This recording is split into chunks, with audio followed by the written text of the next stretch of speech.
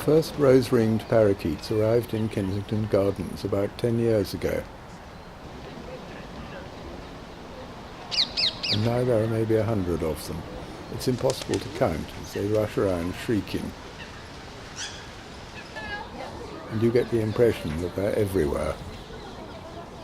They've become a favourite of the park visitors, who come with their children and feed them peanuts and apples. At the weekend there are crowds of people at the corner of the leaf yard near the statue of Peter Pan.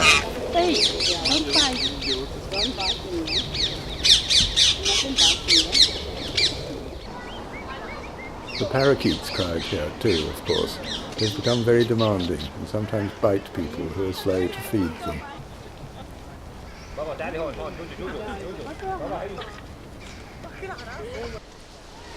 Так, почему у меня еще одно яблоко? Заберите, пожалуйста.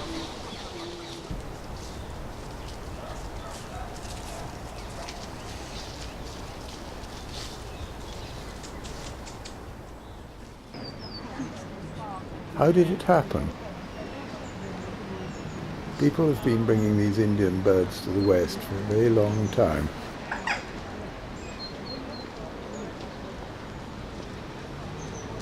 This is a mosaic of the 2nd century BC from Pergamon in Asia Minor, which was a Greek city at the time.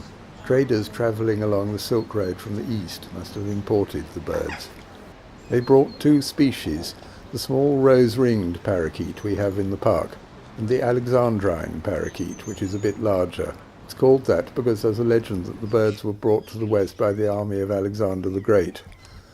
Male Alexandrines have an all-red bill and a broad pink patch on the back of the neck, where male rose-ringed parakeets have a narrow pink stripe. The mosaic was damaged, and most of the head and the feet have been replaced. There was enough left of the neck to show that the pink stripe was narrow, but the head has been wrongly restored to show the bill of an Alexandrine. In fact, the bottom of the bill should be black. The feet are wrong too. Both species have pale brown feet. The mosaic, which is in the Pergamon Museum in Berlin, has been restored a second time, and the mistake is now literally set in stone.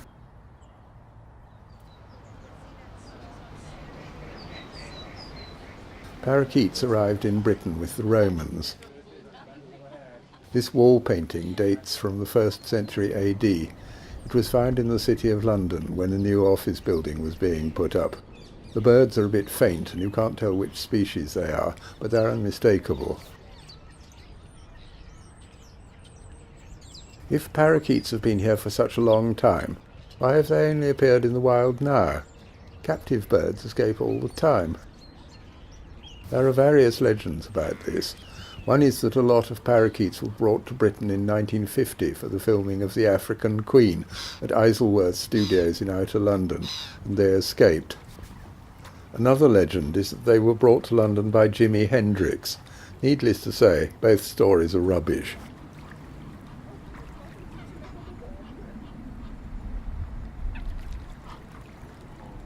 Parakeets must have been escaping from cages and aviaries for a very long time, but they come from a hot climate, and they would die in the cold English winter.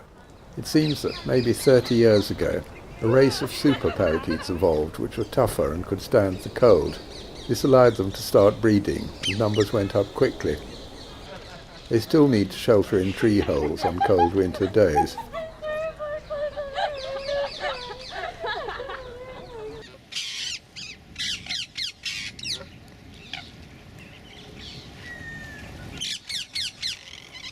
This wooden box contains a lifebelt, one of those floating ring things, to throw to anyone who falls into the lake. Parakeets tried to get in through the hole to use the box as a winter shelter, but the lifebelt is just behind the hole and they couldn't squeeze through. It's certain that the change happened in southwest London, which is where the first flocks of wild parakeets were noticed. There are now as many as 20,000 of them in Kingston, on the south bank of the Thames, and the whole place echoes with their shrieks. The population spread quite slowly at first, around the outer London suburbs. It took as much as 20 years for them to reach the centre. After they first appeared in Kensington Gardens, it took 3 years for them to cross the road into Hyde Park. People have been wondering whether the invaders are having a harmful effect on the native birds. No one can forget what happened when grey squirrels were introduced from America and quickly wiped out the native red squirrels in most of England and Wales. Grey squirrels outcompeted red ones because they can eat acorns, which red squirrels can't. They also eat young birds from nests, while red squirrels are vegetarians. And grey squirrels carry a disease called squirrel pox, which has little effect on them but kills red squirrels. There is no doubt that parakeets steal the holes of other hole-nesting birds. Here is a sequence of photographs taken on successive days in 2010. The hole was first occupied by a nuthatch. On the following day, a green woodpecker turned up and threw all the nuthatch's nesting material out of the hole. On the third day, the hole was taken by parakeets, which kept it and nested in it. There are so many trees in the park, many of them old and full of holes, that it probably makes little difference here.